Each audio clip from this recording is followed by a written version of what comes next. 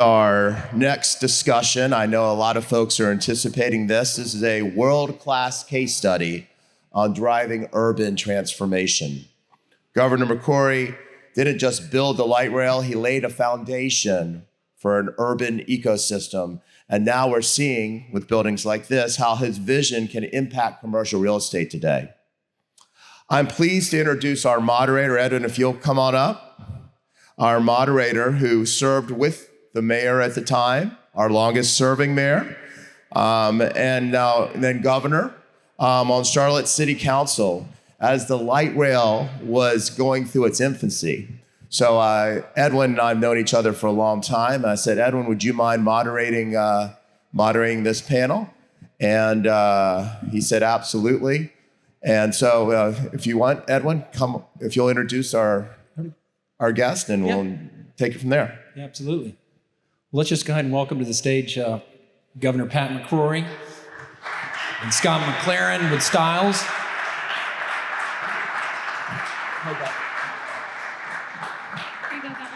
Hey, thank you. So Pat was elected to City Council here in Charlotte in 1989 and served on City Council as an at-large member for 6 years and then ran for mayor in 1995 and was our longest serving mayor here in Charlotte, and then became governor in 2012 and served for 4 years.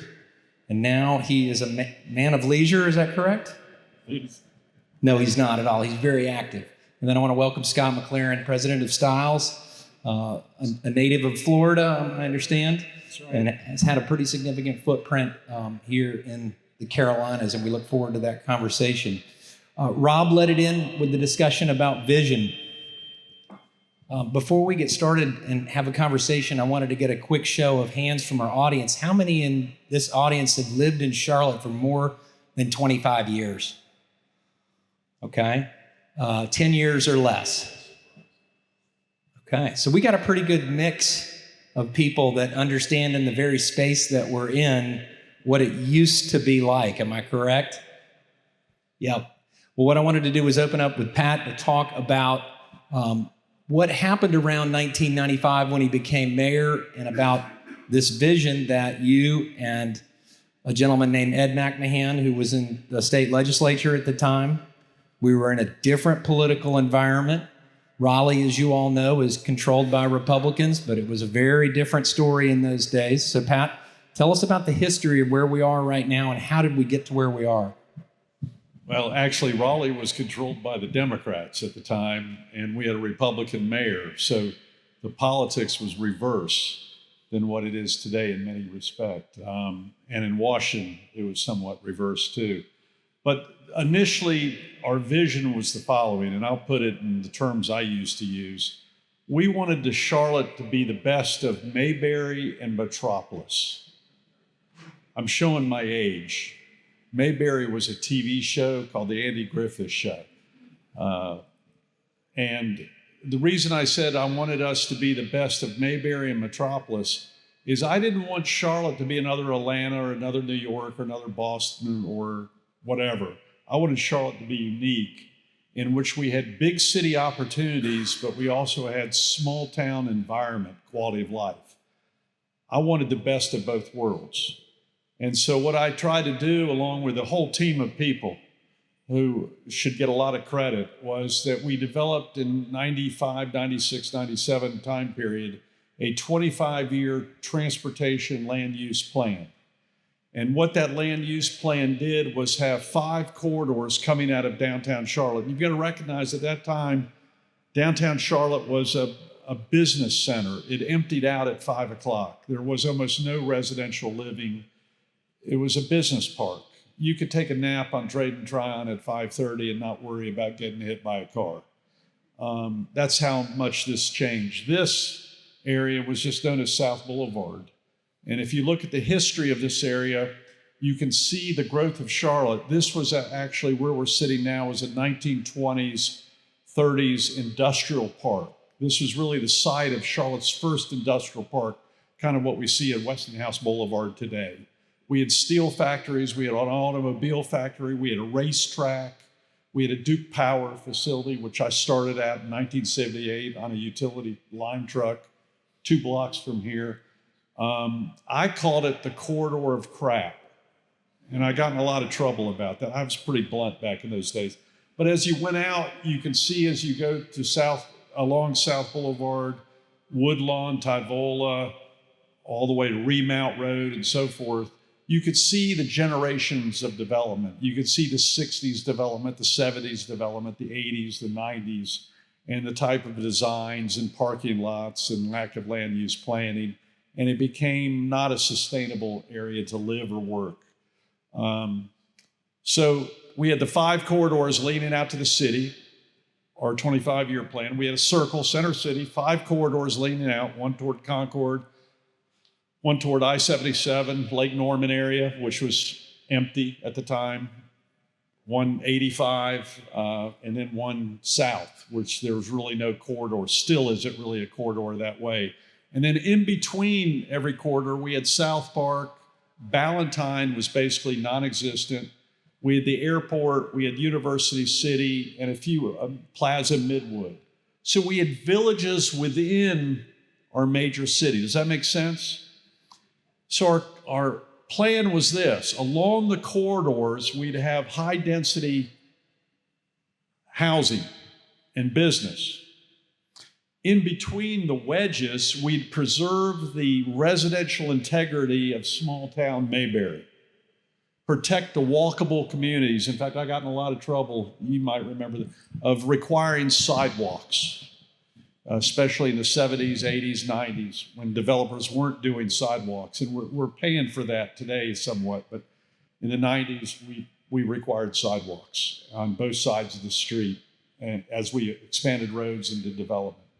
So those were big changes. So we had to make a decision about transit. And the business community said, well, we want to be like Atlanta. Let's take the train to the airport. North Charlotte said, well, let's take it to Lake Norman. Bruton Smith, let's take it to the Speedway.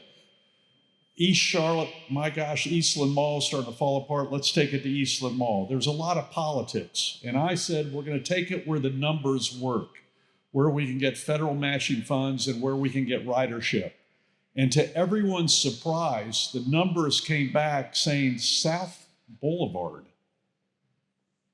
South Boulevard. That's where the numbers work. We had a lot of blue-collar workers. We had density already. But I had already called it the corridor of crap. How am I going to sell South Boulevard? How am I going to get out of this? Yeah, it was a hard sell. So I went to Bill Lee, who was my boss's boss at the time at Duke Energy, and I'd just been elected mayor. And I said, what do you think? Should we do this light rail line? And he said something that has stuck to me. He was a man of incredible wisdom. He was old as hell.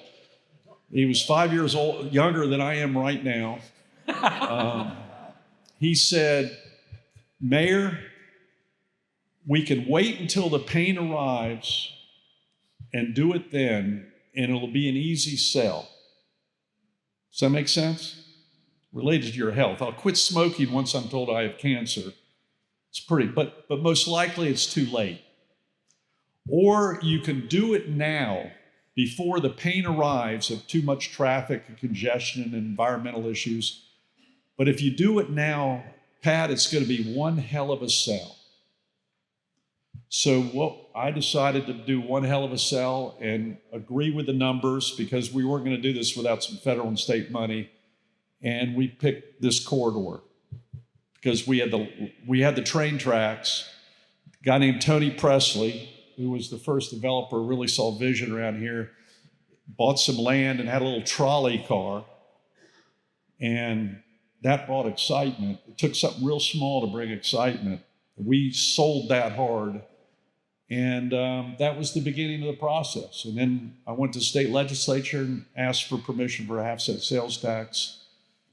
And that was the beginning of the war to get this done. This was almost 30 years ago at this point in time. I would have never imagined. And so there was earlier discussion about mobility.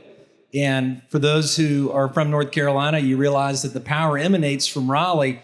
So Charlotte just can't create itself its own tax. without seeking permission from Raleigh to first do it. So talk about that referendum. And again, many people think that half-cent sales tax just made this happen, but it made other transit happen that they've been talking about on the screens here. You're bringing up some tough memories. I have a lot of bullet holes in me on this one.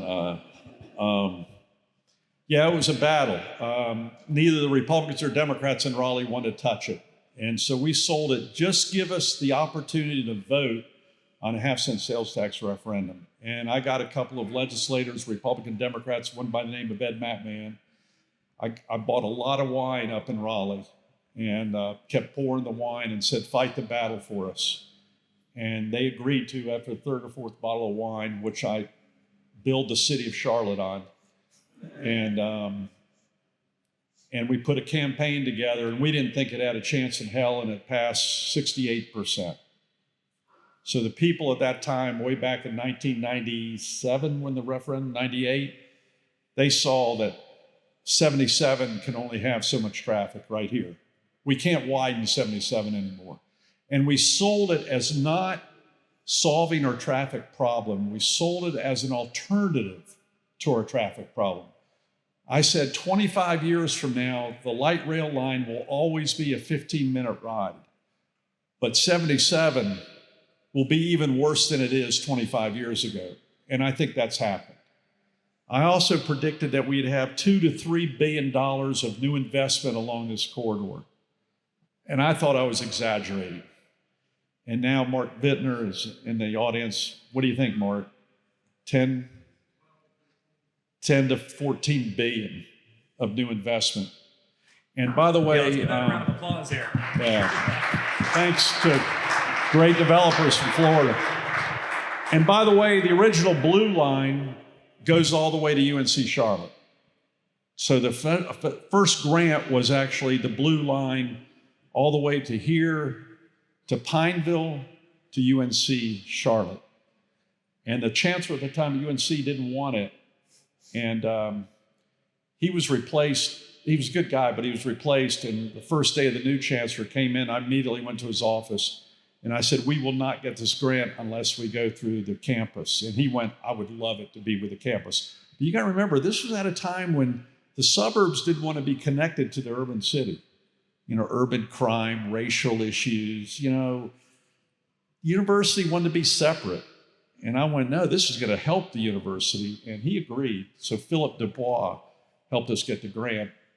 And so that was a big part of the story. So, but because of that, visionary people from Fort Lauderdale now are building just these incredible buildings, which I would have never anticipated, never in my wildest dreams. The first day we opened up, I didn't sleep that night. I thought I'd be run out of office because I thought no one would ride on the first day. We had a recall, by the way, of the referendum after it passed, and they called it the McCrory line, and that wasn't a compliment. They call it the blue line now. So, Scott, let's get Scott involved. Scott, let's many in the Edwin, I'd rather keep listening to the governor. Well, we'll get back to this fluid conversation here. Many people don't know the story about Fort Lauderdale and your firm's significant contribution there. You're seeing and hearing a great story of what I call a placemaking leader who saw something that others didn't see, was willing to follow the numbers, not willing to follow political favoritism, and choose the path that again, on paper now it makes sense, but it was very hard to see. Scott, you've been in that same leadership chair, and you've had to move through waters in a different way. Introduce us to Stiles, Fort Lauderdale, and some of the things that you've been a part of there, and then why you chose here. Yeah, thank you. And thanks, everybody. Appreciate you having me on this stage. I'm honored to be here, literally with two fantastic leaders of this great city and also the state of North Carolina. And so I'm fascinated by the history here. I feel like I've known a little bit of it here since we've gotten here in 2012 when we came up here as Florida developers in tow with Public Supermarkets. And the first deal we did in the state of North Carolina, first Publix deal was down in Ballantyne. Second deal we tried to put Publix on was here in South End, the store just to the south of us. And we saw it. We saw the buzz happening again, 2012. Rail line starting to get some housing, but not nearly what, it takes a little bit to remember what it was back then. And, I remember having the conversation, me and Chris Gurnier, with the Publix representative, Bob Burkett, and said, "Hey, Bob, we've got a great site for you right on this South Boulevard corridor." And he said, "Nope, I know it. I'm not going there." And we said, "Bob, just do us a favor. We know that nope. You got to get out of the car and park and walk one day." And next week he was up here from Lakeland, and to his credit, he called us and said, "I get it." And Chris, I think, asked a question. He said, what do you get? What did you see? And he said, "Well, I saw baby strollers. I saw people walking to work. And I'm checking out this rail line."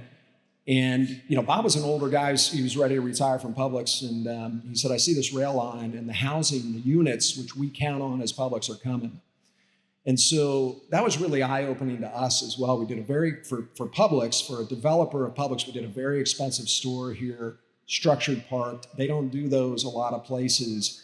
And it not only, it was validating for us on this area at that moment, as we were up here new, looking for really probably more suburban Publix stores at the time. But when we kind of blew out, and especially for me being new, and in retrospect, you look in the proximity to the CBD, the historical jobs, right, in this corridor, the proximity to some of the best executive housing in all of the city, literally across the street, multiple access points off the major highway, right? This train that these visionaries, put, straight through the middle. And then in addition to that, I call it the cool factor, right? There are very few places that we do business, from Nashville to Charlotte to Raleigh, Charleston, all really cool food and beverage cities, right? To South Florida, Tampa, Orlando, that have this, what I call the cool factor. The breweries were already here, the food and beverage was starting, but it's the ability to take some of these older buildings and create something special, right? We can create something new for certain uses, and clearly there's an advantage to it, but to really take some of the character and create the place that you want to go live, work, and play, that's a big part of this too. So again, we love other areas, like in Fort Lauderdale, we have a spot called Flagler Village. In Nashville, it's probably Germantown, Wedgwood, Houston, where all the young people want to be. None of those have all those aspects that I just rattled off. So we love it here. We're big fans. Wow. So we've just had a couple of really crummy weather days here. My wife and I were into making soups. And you all know that soups have a couple of ingredients, which are typically your meat and your potatoes. But what really makes a soup taste great is going to be the spices, the ingredients. One of the ingredients was one that this mayor at the time insisted upon that just didn't seem as obvious to the meat and potatoes infrastructure planners. Who was it? What was it, Pat? Tell us the story about some of the things that give it the cool factor that you saw. Well, I'll give you one example that kind of happened as an afterthought. I was with my transit director, Ron Tober, who I need to give a lot of credit to, and Richard Van Root, my predecessor, and my successor is after. But we are over budget, a year behind schedule. Steel prices were going up, and I was having weekly meetings with my transit guy, and I was just getting killed politically. And he said, "Well, we got some great news. We got some bike racks for the new transit cars that are being built right now." I said, "Great. Where in the hell are the bicycle people going to ride, on South Boulevard?" And he went, "Good point." I went, "We need a trail all the way along for the bikes." And also, I was concerned that we were exaggerating a little bit the new development potential. I was afraid the only development that would occur would be at the stops that we had between here and 485. And I said, if we do a trail or a cement walkway and bike path, maybe a developer will build in the middle of the two stops, and then people can walk or ride to one of two on either the right or left and decide to go that way. So it was an afterthought. I said, that'd be so cool. And Ron went, we don't have the money. I went, oh, we can find the money. Wow, I maybe shouldn't. I took it out of the art program for the light rail line because it's art. And I think we got some donations from the developers. Some of the developers might have contributed. And then I put it in the consent item, which is, if Ed, you know the consent item, which city council never reads the consent item. They're just a bunch of numbers. Anyone, okay, everyone for the consent item, they're just a bunch of items. All in favor say aye, aye. Aye. So we put the trail in the consent item, and I think we voted on it without anyone knowing it, because at that time we probably wouldn't have had it pass because we were already over budget. But it's probably the thing I'm proudest of as an afterthought. But Well, it's interesting you say you brought it out through the art, that component to it. Other spices that make this an area that someone like Scott and his company and Shorenstein and others would invest in is they see that this is a real place that you want to be, that you want to be in a built space like this, that it isn't just a place to work. Your work can step outside the building beyond that. Art was a big part of it. It also has a controversial history. Controversial. As you began mayor, you had a serious crisis, which you can let everybody know about with that up. Well, I don't know which one you're talking. One crisis we had, we were planning to go to Pineville. But you had the Angels. You had that crisis. That was your first. I'm not going to get into the art crisis. Okay. But yeah, I had a debate about what really art was, but I'm not going to go any further than that. Pineville, talking about vision. We had a great mayor in Pineville, and I had to work with all the regional mayors to get the half-cent sales tax passed because it's a county tax. In Pineville, I said, okay, we'd like this to go across 485 to Pineville. 485 was just completing at the time. Valentine was really non-existent. And I said, but if we go into Pineville, you're going to have to change your density zoning. And he went, nah, we got the Carolina Place Mall. That's all we need.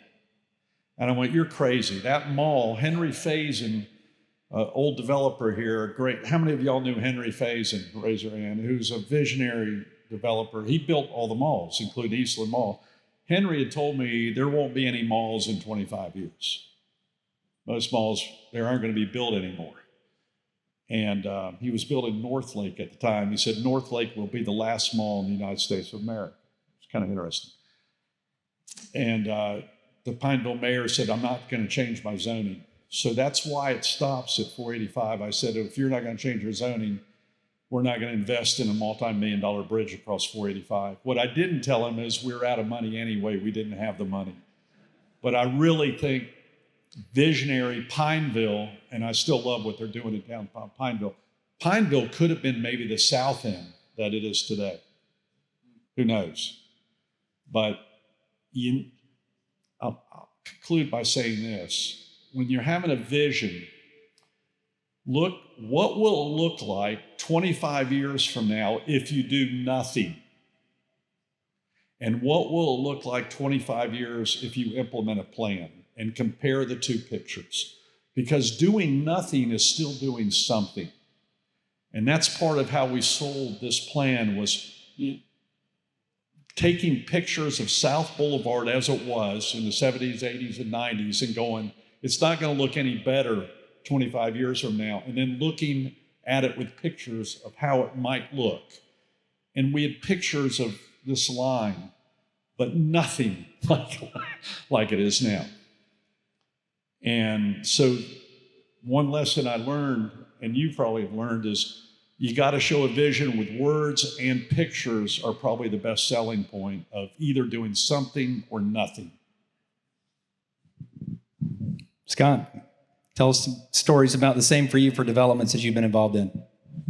Well, I love that that decision you just said. The other thing I really love you said is if you wait till it gets hard, it's easy, right? For the politicians to make those choices.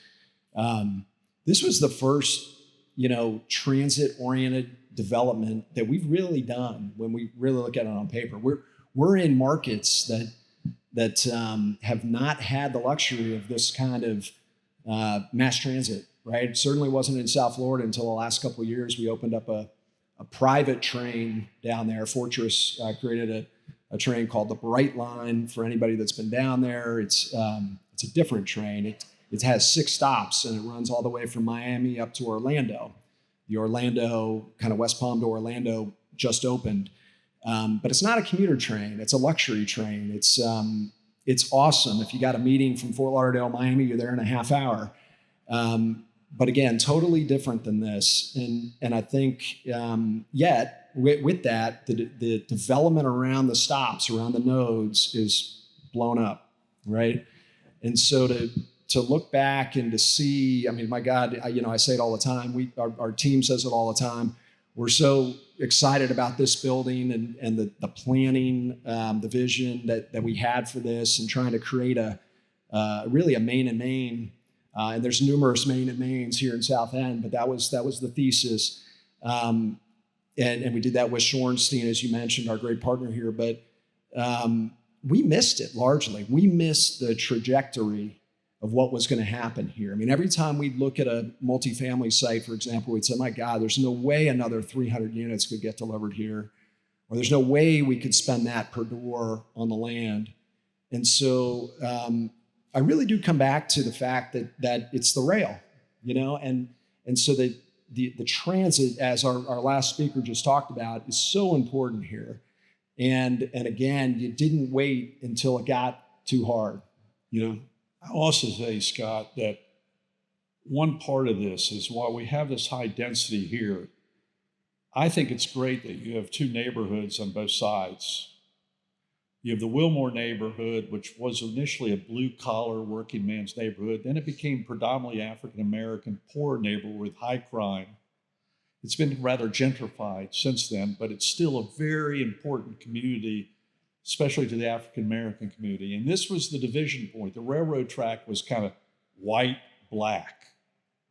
And now this has made it, I think, better. There's still some issues we have to deal with, but would have never, and then you have Dilworth here, which was the first suburb of Charlotte, designed suburb, very well designed neighborhood in the 1920s. Before Myers Park, Dilworth was the first, guy named Dilworth. And if you look at the road system of interconnectivity and things of that nature, it fits perfect because people can live in these high-rise buildings, then walk through Wilmore neighborhood or walk through Dilworth or up Moorhead Street and have this residential feel, which is the best of Mayberry and Metropolis. And we can't lose that. I disagreed with my recent city councils who want to do density everywhere in the wedges. I think we need to preserve the residential flavor for both the high density areas and the residential neighborhoods. And I hope city council reverses that decision in the near future, and I think they will. So in 25 years from now, I want this to still be Dilworth, and I want this still to be Wilmore. And I think it's beneficial to the high rise because one mistake, if I had to look back, I wish we would have bought more land for open space. But I don't think we even anticipated this density. But the open space is in these neighborhoods to go walk and enjoy the trees and things of that nature. So if I had to look back on it, that's probably a mistake. But we were short of money. We were just barely enough money to buy parking for the stops. So let's close by asking you, Governor, about the future. We are moving into the municipal cycle. We have an election this year. It is potential that Raleigh will approve the ability for our region, the 6 towns that help fund the Mecklenburg County half-cent sales tax, Mint Hill, Matthews, Cornelius, Davidson, Huntersville. You talked a lot as a governor. You talked a lot as a mayor about the power of regionalism, about transit planning that wasn't just all about Charlotte. That was the genesis of your sale to these smaller communities. What's in it for Mint Hill to contribute to these types of transit plans? We now need to take this up to Davidson, Huntersville, Cornelius, move up to that area. What do you see coming? What's going to happen this year, possibly in Raleigh, as it relates to this important transit intersection we're at? One thing that was mentioned earlier is the preservation of these historic small mill villages, because Plaza Midwood was an old mill village, just happens to be within the Charlotte city limits. North Davidson was a mill village. Pineville was a mill village. This was a mill village with working class people who walked to work. One thing I'm proud of as governor is I restored a tax credit for preserving historical buildings, and I had to fight very hard against my own party to do that. I think we can make the same sale to the Mid Hills, which is an old mill village, to Kannapolis, which is an old mill village. But they can't live off the old mill village by themselves. They have to have some industry. You cannot live off a residential tax base by itself. You have to have industrial and commercial. And so you've got to sell it to them in that way. Plus, Waxhaw, these cities are growing like they never anticipated. And so if they continue to do nothing, what are they going to look like 25 years from now? You're not going to be able to get there. You're not going to be able to pull out of your driveway. So I think you present the same argument to them that we did 25 years ago. Look to the future and how it's going to look. And you can already tell. And all you have to do is go to Atlanta, or go to Phoenix, or go to Denver, or go to any major Sunbelt city and see kind of an uncontrollable planning and growth without a picture of what is this going to look like 25 years from now. And I don't think you need to reinvent the marketing program to get this done. And then you sell it to Raleigh and the county. Look at the tax base that's helping providing for schools and water and sewage and everything else. Without this tax base, I think they'd be in deep trouble right now. Scott, any comments about the future and things you want to invest in? Sure. I mean, listen, somebody told me the other day 120 people are moving here a day. Is that right? Somewhere in there? And why wouldn't you? So the growth is not going to stop, to your point. We have years of, down in Florida that are, very similar. And coming out of COVID, we saw major expansion throughout the Southeast. Our universities are increasingly difficult to get our kids into, right? We see it. So again, I admitted before, I was wrong, in many ways about this area and the rocket ship that was going to occur. So I'll never bet against the expansion of Charlotte. And so I think the boundaries are going to continue to move. I remember I never thought we'd go past Remount Road, which is literally like right there, right? And look at us now down in Loso and what's being delivered and otherwise. Short term, we'll hear from Mark Vittner. It's tough out there to create a project like this right now, or another high-rise multifamily building or condo even today. It's just the moment we're in. But always remember that great locations, places that people want to be, and where our talent wants to move. I have a daughter that moved here 2 years ago, and she's 2 years into an investment banking stint here and likes the firm, but she's ready to do something else. And I said, great, you want me to start talking to some people back home? She goes, Dad, I'm never leaving Charlotte. So this is I think that's the biggest thing, is that the talent wants to be here. When I was coming out of college at the University of Florida, maybe Atlanta was the destination. It was not Charlotte, Raleigh, Charleston, even Austin back then. We have some incredible cities, and honestly, if I was one of those young people, this is where I'd choose. So you can't bet against the future here, and I think all the product types are going to work again.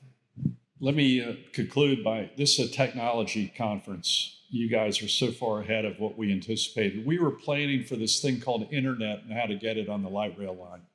Right. Remember, they brought it up to me, goes, Mayor, we got to somehow get internet connections. He mentioned Remount Road. That's an example of how technology has changed. And for you who have been to Charlotte or new to Charlotte, Remount Road is named Remount because in 1918, there was a Camp Green just blocks up the street on Remount Road. It was a World War I camp with 20,000 soldiers who were about to go to France, and many lost their life. It was named Remount Road because that's where they remounted the horses for Camp Green. Now we're in a high-tech building. It wasn't that long ago where we're talking horse and buggy. Then we went to light rail. Now we're talking about high-tech buildings. And my challenge to you is, what's the technology going to be 25 years from now? So we build the buildings adaptable to the new technology that's just being talked about. I grew up on the Jetsons, and that's the way we have to think. So I'll conclude by going Remount Road, the South End, shows the technology change in just 3 generations. There you have it, folks. We have Mayberry to the Jetsons right here. Let's give it up for these guys.